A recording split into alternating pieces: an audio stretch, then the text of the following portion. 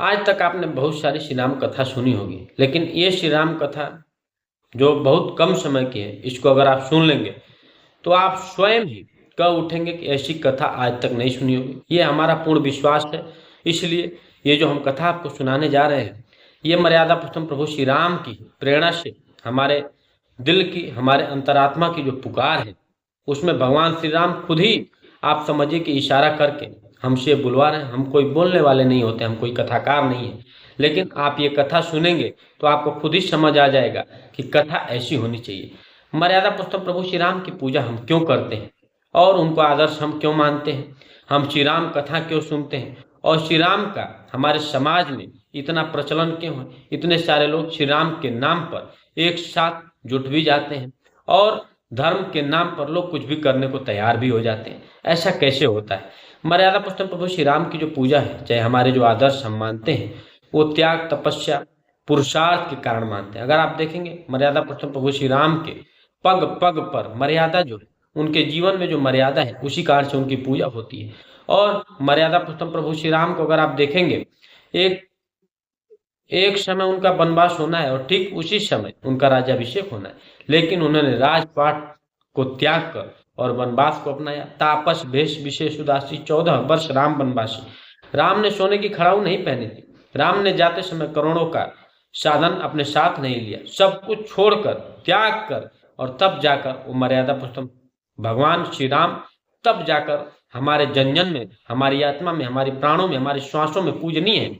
और आज जो ये कथा के नाम पर, मर्यादा पुरुषोत्तम प्रभु श्री राम के नाम पर, जो करोड़ों की गाड़ी, पर्स, मोबाइल, वैलेट और अपनी सुख सुविधाओं पर ये लोग खर्च कर रहे हैं, कथाकार लोग, सौ कोल्ड कथाकार इनको हम कह रहे हैं।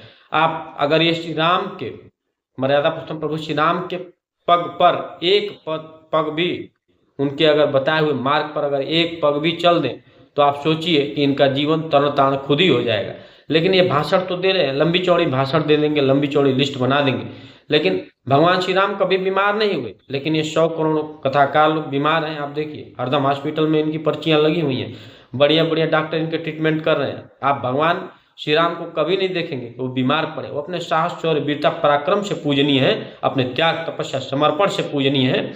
और उनके अंदर जो ओज तेज है, वो उनके श्वासों के और उनके जो शरीर है, उसके रोम रोम कूप में विराजमान है। वो तेज, ओज उन्होंने बचा के रखा, संभाल के रखा, अपना तेजस्विता, अपना ओजस्विता। और बस हम सब एक कहानी अवश्य कहते हैं कि रघुकुल रीत सजा चली आई, प्राण जाई पर वचन न जाई। लेकिन ये रघुकुल की जो रीति है, वो सूर्यवंशी मर्यादा पुरुषोत्तम प्रभु श्री राम सूर्य के जैसे तेजस्वी, ओजस्वी, और उनके अंदर जो दिव्यता, भव्यता, जो नव्यता, जो शुद्धता, जो पावनता, जो पवित्रता है, वो हर क्षण, हर कण, हर पग पर विद्यमान है। तब जाकर उनकी समाज में पूजा हो रही।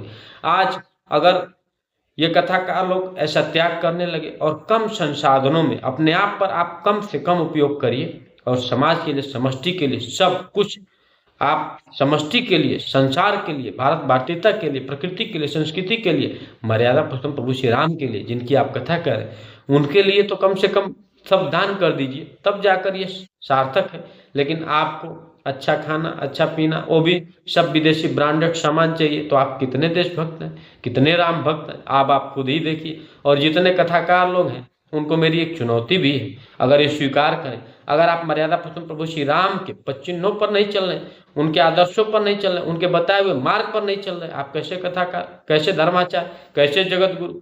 ये सब पाखंड है। और धर्म के नाम पर ये पाखंड फैलाया जा रहा है समाज में।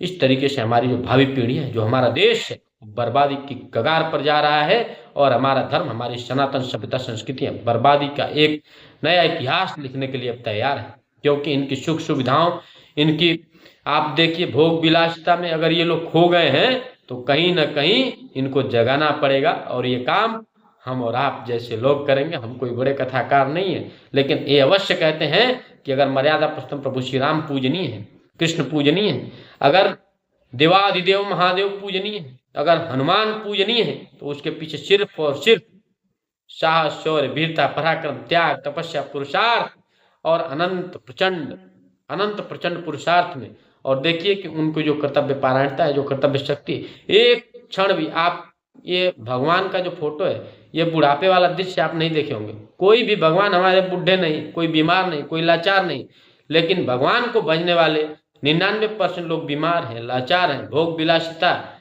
में ये लोग अपने आप को डुबो दिए हैं, सराबोर कर दिए हैं। इसलिए इनको जगाना बहुत जरूरी है। और देश के प्यारे देशवासियों, हमारे भोले वाली जनता, आप स्वयं राम बनिए, स्वयं राम के इतिहास को पढ़िए, रामायण पढ़िए, रामायण देखिए और राम के पच्चीनों पर चलने का साहस और वीरता पराक्रम जुटाइए। आप देखिए ये देश अपने आप ही राम राज्य की तरफ आगे बढ़ पड़ेगा। आपके घर में आपकी संतानें राम कृष्ण के जैसे ओजस्वी, तेजस्वी, बलशाली, पराक्रमी हो जाएंगे। स्वयं हनुमान आपके घर में से, आपके कोख से निकल पड़ेंगे।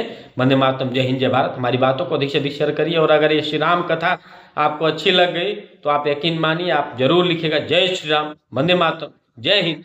और इस तरीके की कथा की बहुत जरूरत है और प्रयास करेंगे हम भी कहने के।